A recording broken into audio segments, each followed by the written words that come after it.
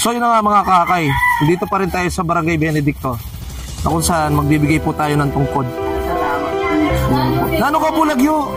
Kagawad? Romeo Santos. Ni nano kayo po? Maestro kayo po. Sana po ing biyena po ning tungkod ning akay ni Sol. Makasahop po kayo, makasahop po. So ano po nga sabi nyo karing kayabe ko kay akay ni Sol? Ay dakal na salamat. Kapag binili na ako. Tungkod po. Tungkod, salamat po. So pasalamat po rin po kang Kagawad Doris, kayabe tayo po ngayon.